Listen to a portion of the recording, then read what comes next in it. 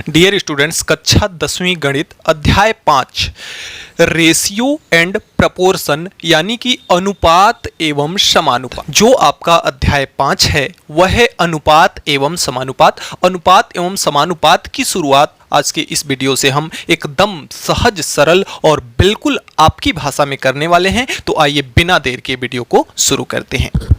बच्चों, बिना कुछ देरी किए, बिना किसी टॉपिक पे बात किए सीधा सीधा हम आते हैं किस पे? अनुपात पे। अभी जो आपका प्रश्नावली 1 है या प्रश्नावली जो 2 है उसमें हम किसके बारे में पढ़ने वाले हैं? अनुपात के बारे में पढ़ने वाले हैं। तो फिलहाल समानुपात की चर्चा हम बाद में करेंगे, प्रिपरेशन की चर्चा हम क्या करेंगे? बाद में करेंगे। फिलहाल हम चर्चा किसकी करेंगे? अनुपात की। ये सबसे पहला चीज जो आपका अनुपात यानी कि जो रेशियो होता है उसका अगर अर्थ हम देखें, शाब्दिक अर्थ, तो इसका अर्थ होता है तुलना। क्या होता है? तुलना करना। अगर किसी चीज में हम अनुपात कर रहे हैं यानी उसकी हम क्या कर रहे हैं? तुलना कर रहे हैं। अब इस तुलना को हम कैसे करेंगे? जैसे देखिए, हमने कहा आपको कि आपने गणित में कितने अंक पाए। देखिए, जब आप छोटे बच्चे रहे होंगे, छोटे से क्लास में रहे होंगे, तो जो कक्षाओं में टेस्ट होता होगा उस टेस्ट में अगर आपका 20 नंबर का अगर प्रश्न है, 20 नंबर का प्रश्न पत्र है, उसमें से अगर आपने 15 नंबर पाए तो आपकी जो अध्यापिका होती थी या जो टीचर होता था वह आपको नंबर इस क्रम में लिख करके देता था 15/30 यानी 20 में से 30। क्या है? 20 में से 30। आगे चल करके आपको एक एक बातें क्लियर करूंगा। आइए देखते हैं। अगर हमने कहा कि विज्ञान में कितना पाया आपने? 20 में से कितना पा लिया? 16 नंबर। 20 में से कितना पाया? 16 नंबर यानी 16/20। और वही अगर हम बात करें अंग्रेजी की, तो अंग्रेजी में आपने कितना पाया? 10/कितना पाया? 20। तो अगर हम ये बात करें कि आपने किस विषय में, इन तीनों में से किस विषय में सबसे अधिक नंबर अर्जित किए, तो आप सीधे सीधे बता देंगे कि सर हमने विज्ञान में सबसे ज्यादा नंबर पाया। यानी कि यहां पे हमने क्या किया कि गणित, विज्ञान और अंग्रेजी 3 विषय के बीच में क्या किया? तुलना किया।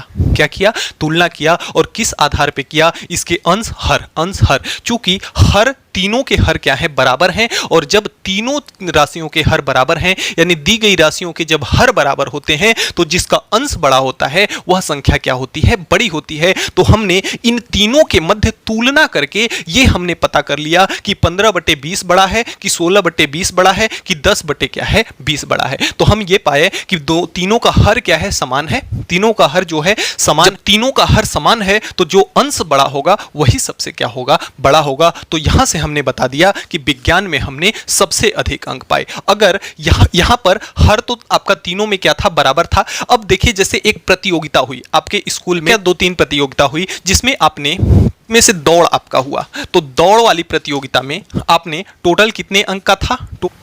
15 अंक का। टोटल 15 अंक का था, जिसमें से आपने कितना पा लिया? जिसमें से आपने पा लिया 10। 15 में से 10 पा लिया। और वही आपकी ऊंची कूद की जो प्रतियोगिता थी यह कितने अंक की थी? यह आपकी थी 20 अंक की। कितने थी? 20 नंबर की थी। 20 में से आपने कितना पा लिया? 11 पा लिया। अब अगली प्रतियोगिता थी, मान लेते हैं क्या थी? कबड्डी। और कबड्डी में आपने कितना पा लिया?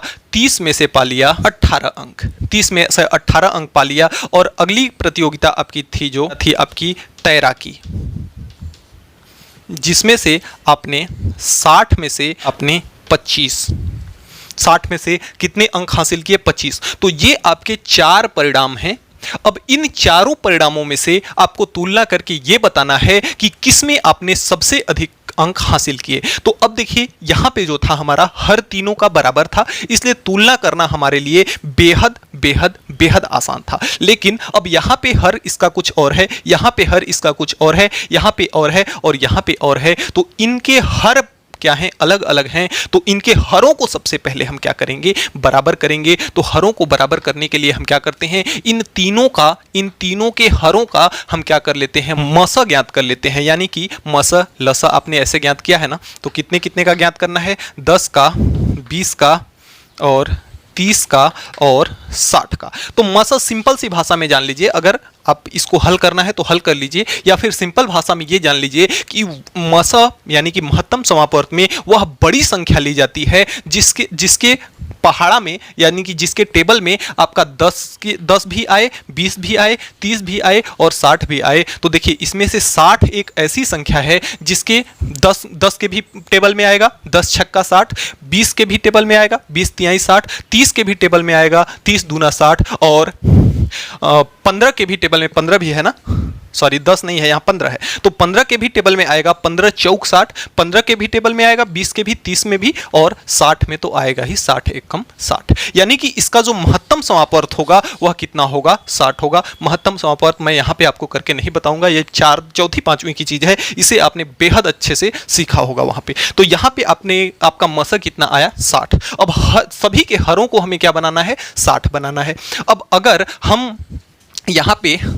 हम यहाँ पे इसके हर को अगर 60 बनाएं तो 15 में कितने का गुणा करना पड़ेगा, 4 का। तो अगर हमने नीचे 4 का गुणा किया और ऊपर भी 4 का गुणा कर देंगे तो इसके मान में तो कोई परिवर्तन होगा नहीं, क्योंकि 4 से 4 कट जाएगा, 10/15 बचेगा। तो कर सकते हैं बड़े आराम से। तो 10 में 4 का गुणा होगा तो ये आपका हो जाएगा 40/60।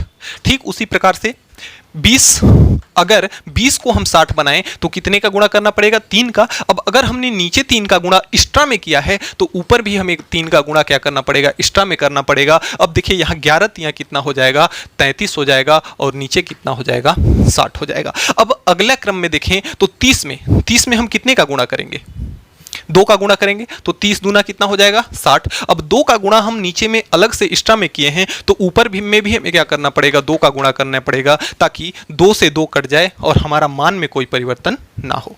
तो यहां से 18 दूना कितना हो जाएगा, 36 और बटे कितना हो जाएगा, यह 60। अब ये अगले क्रम में यह कितना है आपका, 60 है नीचे, तो इसको बदलने की जरूरत है नहीं, तो इसको हम पूरे के पूरे इसी प्रकार से रख देंगे। अब हमारे पास ये जो 4 परिणाम हैं इस प्रकार से निकल के आ गए। अब इन चारों परिणामों में चारों का हर क्या हो गया, बराबर हो गया। अब आसानी से हम बता सकते हैं कि कौन किस प्रतियोगिता में हमने अधिक अंक हासिल किए। तो ये देखिए 40 है, ये 33 है, ये 36 है, ये 25 है। तो सबसे ज्यादा किसमें आपने पाया, दौड़ में पाया 40/60, यानी कि इसका इन चारों में से अंश सबसे बड़ा किसका है, दौड़ वाले का है, इसलिए आपने दौड़ में सबसे अधिक अंक हासिल किए। तो इस प्रकार से हम चीजों के अंतर तुलना करके हम बता सकते हैं कि कौन सी वस्तु इसके तुलना में क्या है, ज्यादा है। अब इसके व्यवहारिक रूप में आइए कुछ उपयोग देख लेते हैं। तो बच्चों अब अगर हम रेशियो के अंतर्गत व्यवहारिक उपयोग देखें तो व्यवहारिक रूप में हम इसको कैसे उपयोग करते हैं आइए बताते हैं। जैसे देखिए हमारी जो धरती माता है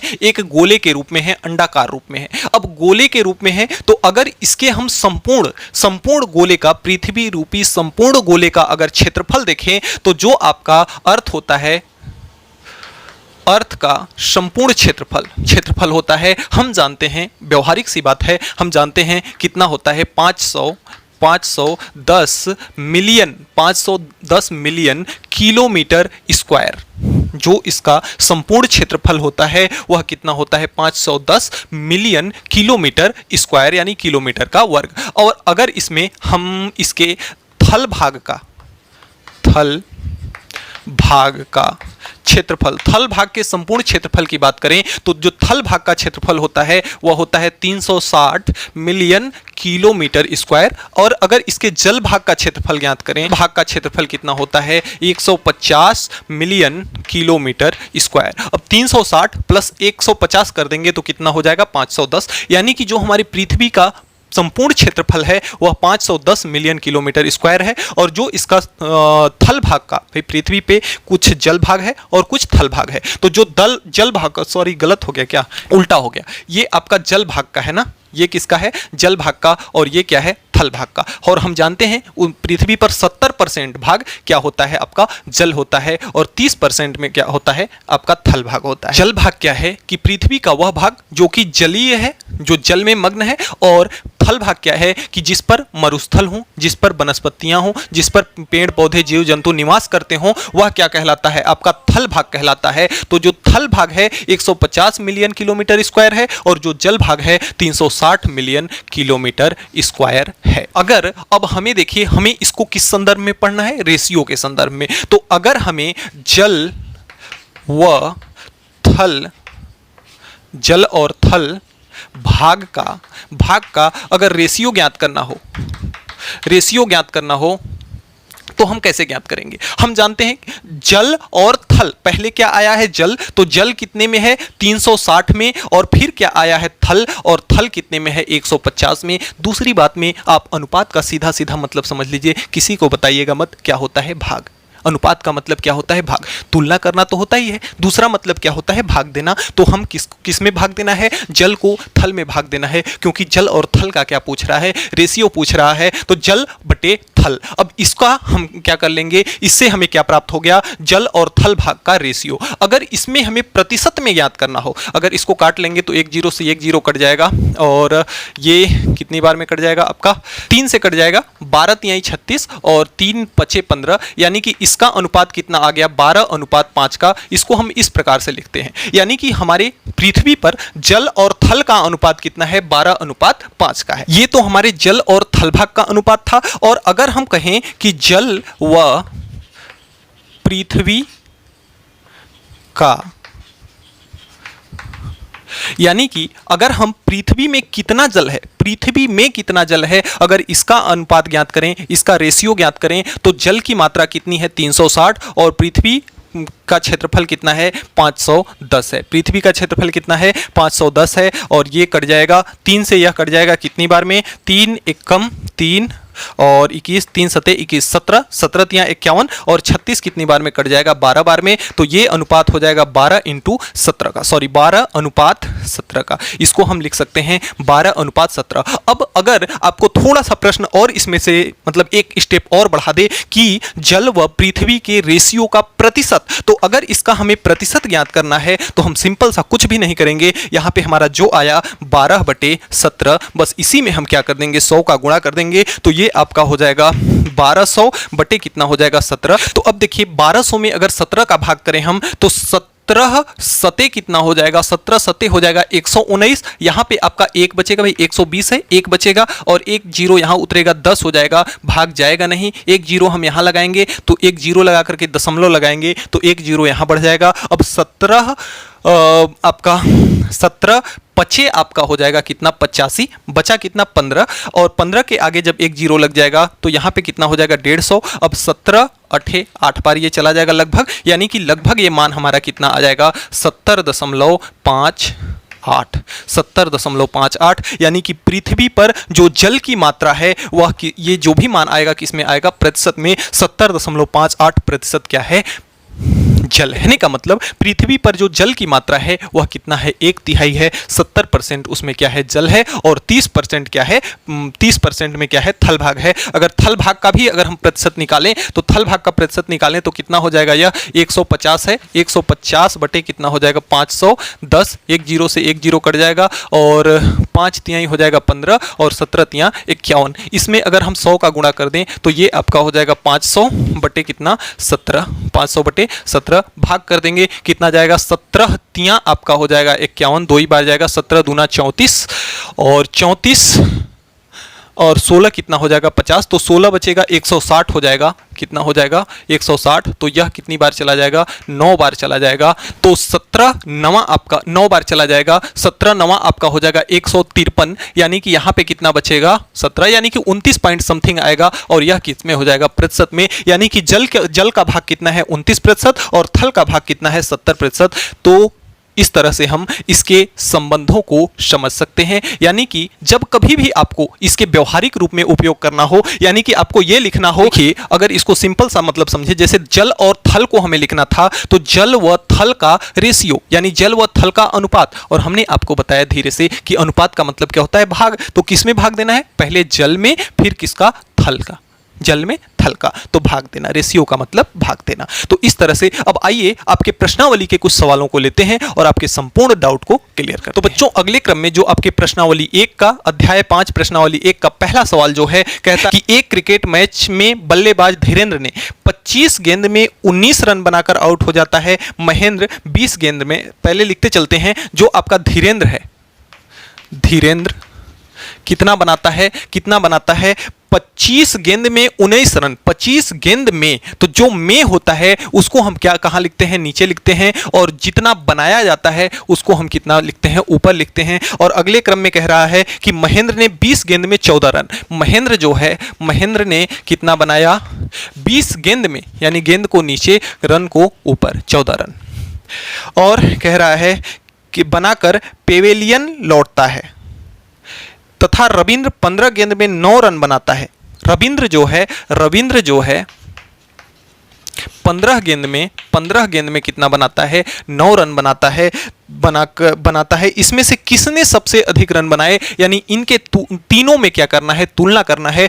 तो देखिए इनकी तुलना करने के लिए हमें हरों को क्या करना पड़ेगा, बराबर करना पड़ेगा। इसका 25 है, इसका 20 है, इसका 15 है। अब इन तीनों को बराबर करने के लिए हमें सबसे पहले ज्ञात करना होगा इनका मसा। किसका मसा, 25 का, 20 का और 15 का, 25 का, 20 का और 15 का। तो यह किससे सबसे पहले 2 से कटेगा, कितनी बार में, ये 25 कटेगा नहीं, 20 कट जाएगा 10 बार में, और ये कितना आ गया आपका 15। फिर से 2 से जाएगा, 25 आपका कटेगा नहीं, 25 ही रह जाएगा, 10 कट जाएगा, 5 दूना 10, और ये कितना हो जाएगा 15। अब फिर से 3 से कट जाएगा, 3 से आपका 25 तो कटेगा नहीं, तो ये आपका 25 ही रहेगा, ये आपका 5 हो जाएगा, और ये हो जाएगा 5 तिहाई 15। अब 5 से कटेगा, स्वाभाविक सी बात है, 5 बार में, ये एक बार में।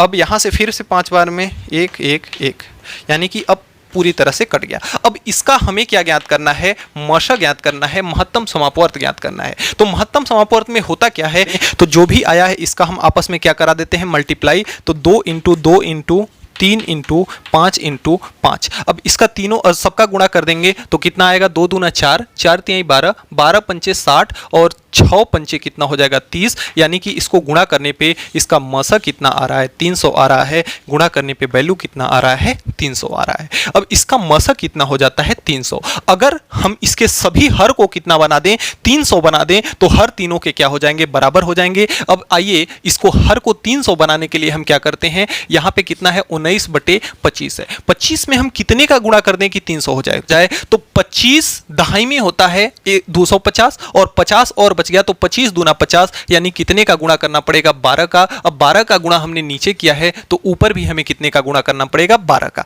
अब यहां भी आइए देखते हैं, ये कितना है, 14 बटे कितना है, 20। अब 20 में हमें कितने का गुणा करें कि 300 हो जाए, 20 में कितने का गुणा करें तो 300 हो जाए। तो 20 में हमें कितने का गुणा करना पड़ेगा, 15 का, तब जाके कितना होगा, 300 होगा। अब 15 का गुणा एक्स्ट्रा में नीचे हमने किया है, तो ऊपर भी करना पड़ेगा। देखिए कैसे, से 20 दहाई में होता है आपका 200, अब बच रहा है 100, क्योंकि हमें 300 पूरा करना है। तो 20 पंचे 100, तो 10 और 5 यानी कि 15 हो गया। अब इसी क्रम में अगर हम 9/15 को देखें तो कितने का गुणा करना पड़ेगा, 15 कितनी बार में 300 आएगा, तो 15 दहाई में होता है कितना, 150, और 150 300 का दोगुना है, तो दहाई में, यानी कि यह भी कितना हो जाएगा, 20 हो जाएगा। तो यहाँ नीचे हमने 20 का गुणा किया, तो ऊपर भी हमें क्या करना पड़ेगा, 20 का गुणा करना पड़ेगा। अब आइए गुणा करा लेते हैं, तो 12 नवा कितना हो जाएगा आपका 108 की 8 हासिल 10, 12 एक कम 12, और 12 और 10 कितना हो जाएगा 22, यानी 228 बटे यह कितना हो जाएगा 300, और यहां भी नीचे कितना हो जाएगा, 300 हो जाएगा। 15 में 14 का गुणा करना है, तो 15 चौका कितना होता है 60, 60 की 0, 15 एक कम 15, हासिल 6 था, 15 और 6 कितना हो जाएगा 21 हो जाएगा। तो 210/300। अब इसमें गुणा करेंगे तो यह भी कितना आएगा आपका 300 आएगा। अब 20 में 9 का गुणा होगा, तो 9 दूना कितना हो जाएगा 118, यानी कि 180/300, 210/300, 228/300। अब इसमें बड़ा क्या है, जो धीरेन्द्र का स्कोर है वह सबसे ज्यादा है, क्योंकि इसका अंश क्या है, सबसे ज्यादा आ रहा है, अर्थात धीरेन्द्र ने सबसे अधिक रन बनाए। तो धीरेन्द्र ने सबसे अधिक रन बनाए, यही आपका हो जाएगा आंसर। तो प्यारे बच्चों, आज के वीडियो में एक ही सवाल हो पा रहा है आपका। नेक्स्ट वीडियो जो होगी प्रश्नावली 1 के संपूर्ण सवालों को कंप्लीट करा दिया जाएगा। तो प्यारे बच्चों, आज के वीडियो में इतना ही। हमें उम्मीद है कि आज हमने जो भी पढ़ा आपको अच्छे से समझ में आया होगा। फिर भी किसी भी प्रकार का अगर कोई डाउट है तो आप नीचे कमेंट बॉक्स में कमेंट करके हमें जरूर बताएंगे, आपकी प्रॉब्लम को सॉल्व किया जाएगा। वीडियो के बारे में एक राय अपना जरूर दें। धन्यवाद।